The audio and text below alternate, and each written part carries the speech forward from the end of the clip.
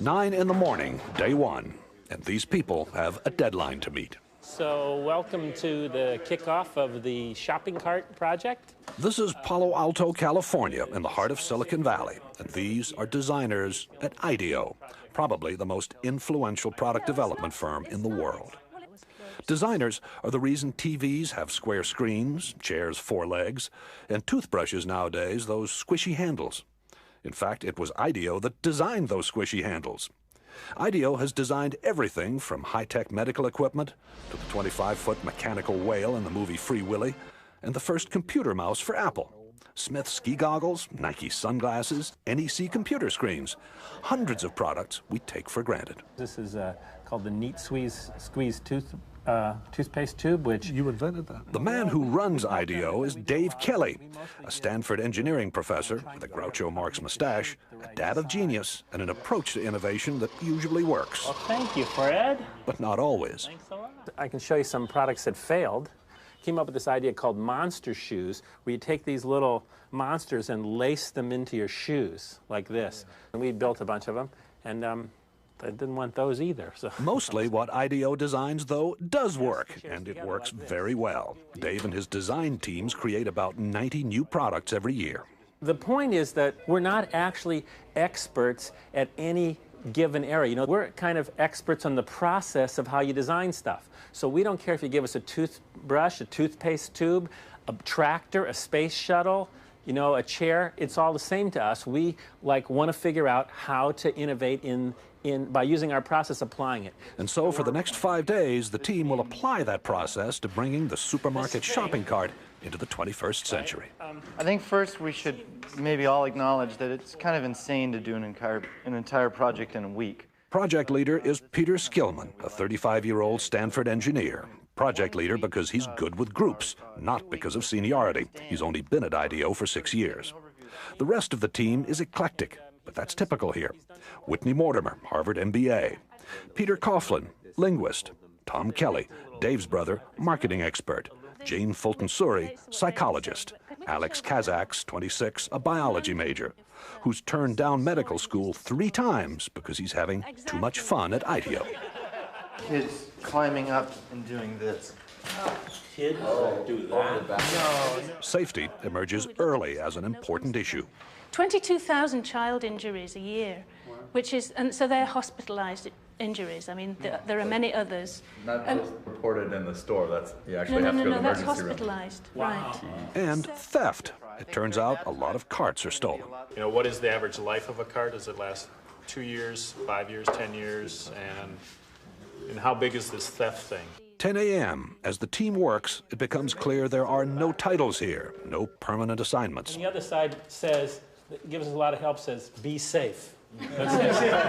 Everyone appears to be equal, and they love to mock corporate America.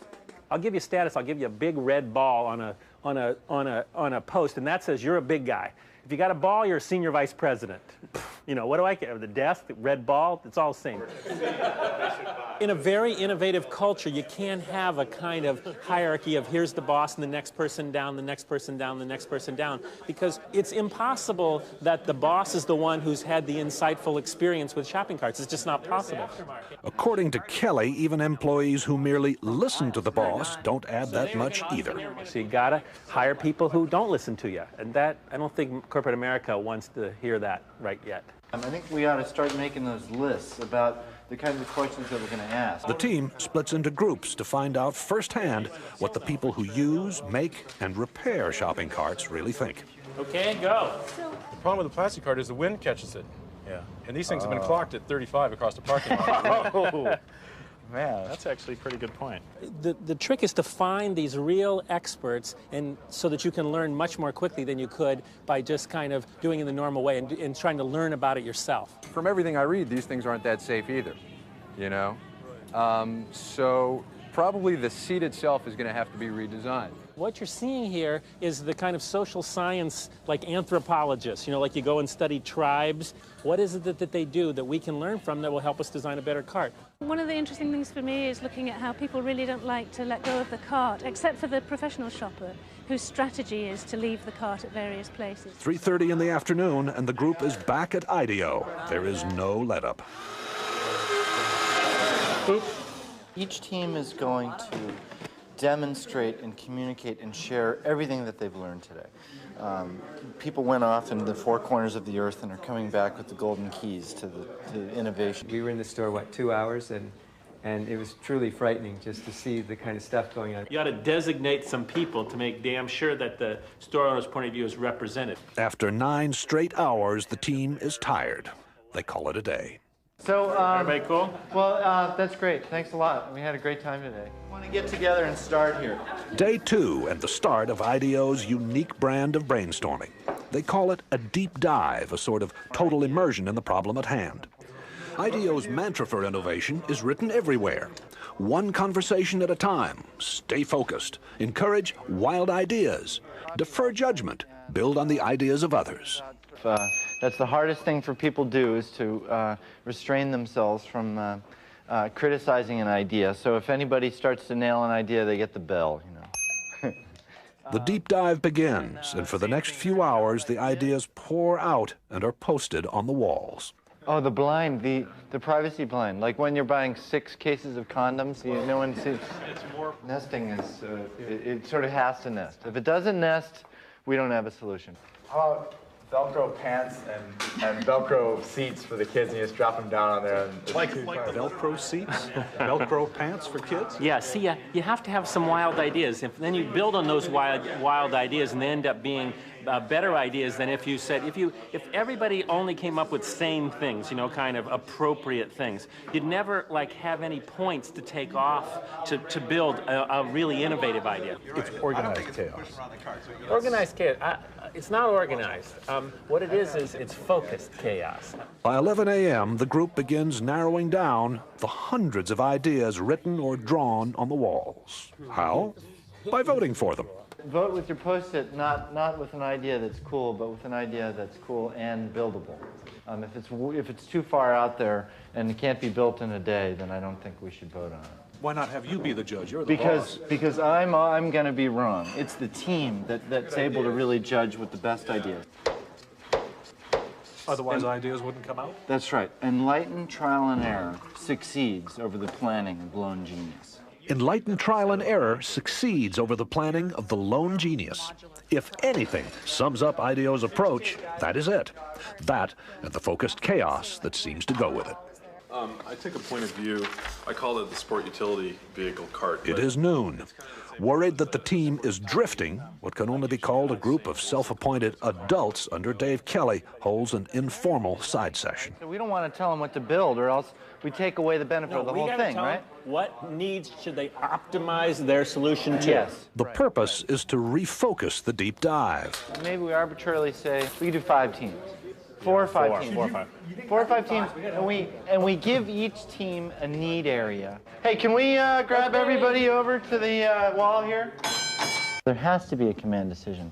It becomes very autocratic for a very short period of time in defining what things people are going to work on. Like it or not, the team is told it will split into groups to build mock-ups, covering 4 areas of concern that have been identified.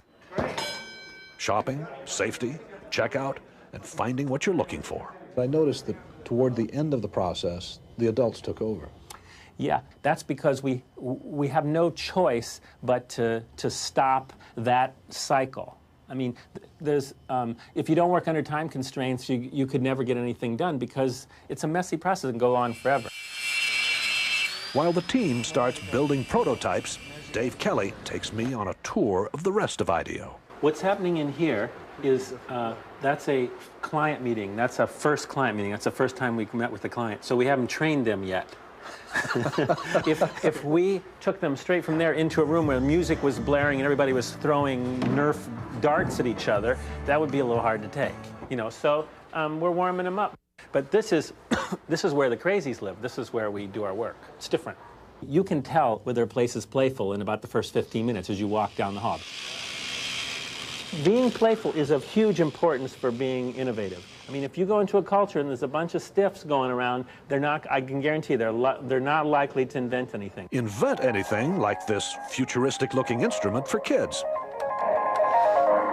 So no matter what you do with that thing, you always sound great. You've got these little wings, and no matter what you do, if I get in trouble here. It's always a spiral. At IDEO, they found that fresh ideas come faster in a fun place. Not only is the furniture on wheels to suit the needs of the moment, but people are encouraged actually to build their own work areas. And they were designing this space, and they said to me, you know, we'd like to have, you know, $4,000 extra in our budget for a DC-3 wing. And I said, DC-3, you have to have that? And they said, yeah, they have to have it. So that's a DC-3 wing. Piece of a DC-3 wing, yeah. And that's just decor. That's decor. That's ambiance. You know, that says we're weird, and we're proud of it. Umbrellas on the ceiling to shade computer screens from direct sunlight. And bicycles on ropes to prevent clutter. The first guy who hung a bike up on a thing, he didn't come to me and ask me. He didn't ask some facilities person was okay. He tried it. And then, like, he waited and see if anybody complained. If nobody complained, another guy hung a bike up. And pretty soon, everybody's got their bikes up and nobody's complained, right? So it's that whole thing of trying stuff and ask forgiveness, you know, instead of asking permission, is the way people come up with new ideas. IDEO has such a reputation for innovation that client companies are increasingly asking Dave not just for new products, but also to remake their corporate cultures. You may be looking at the workplace of the future here. It's one thing to be able to do a product once in a while, but if you can build a culture and a process where you routinely come up with great ideas, that's what the companies really want. Okay, Peter, we're done. Back at the shop, it is 6 o'clock, and the 4 mock-ups are ready for showing. Baskets also can be, if you think you will have more volume, baskets can be put in. A modular shopping cart you pile hand baskets onto. A high-tech cart that gets you through the traffic jam at checkout. That you could mount a scanner on the shopping cart so that you, as the customer, as you pull it off the shelf, would scan each item.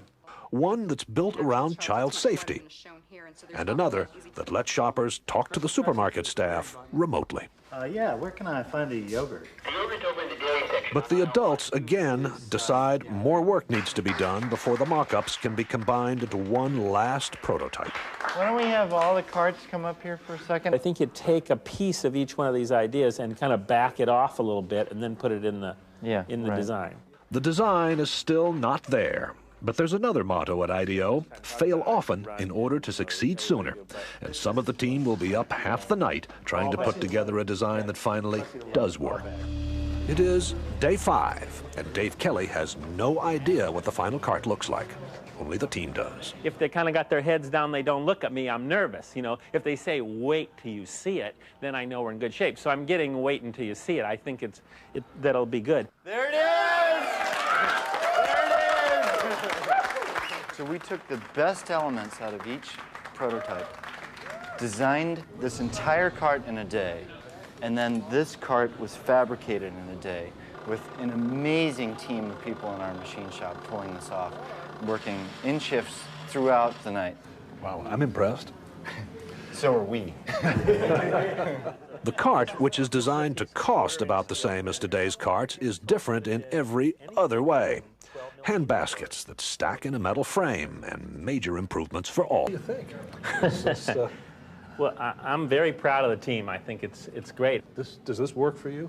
Works for me great. Yeah. It's also beautiful. I mean, let's, take it over to a local supermarket and see what they say. Yeah, it works really well. The cart's wheels turn 90 degrees so it can move sideways. No more lifting up the rear in a tight spot. And you shop in a totally different way. But the bags are hung on hooks on the cart's frame. Remember, there is no basket here. Talk to me about theft. There's no value in this cart without the basket because you can't carry anything in it. It's useless to anybody. You can't use it as a barbecue. So it's not going to get stolen. That's right. So this ought to appeal to store owners then. Yes. I love it. I think it looks great. At first, I was a little shocked, but I think you have some fantastic ideas here. It needs a little refining, but I think that it's great. I mean, we would want them. It makes us feel great. And she also gave us some really good comments about how we can make this thing better. Just wherever you are, look around. The only thing that's not designed by somebody is nature. So the trees are not designed by us, but everything you see, every light fitting, every flower vase, every scale, every stand for fruit, Everything is designed, has to go through this kind of process. And they can do a better or a worse job of innovating or improving, but everything is designed. It has to go through this process. It wasn't this effortless, oh my God, so that's how it works thing that I saw there. It was actually hard work. It's a lot of hard work. We all love it, so it doesn't look like it's hard work, but it's a lot of hours. A lot of hours. Also, an open mind, a boss who demands fresh ideas be quirky and clash with his, a belief that chaos can be constructive, and teamwork, a great deal of teamwork. And these are the recipe for how innovation takes place.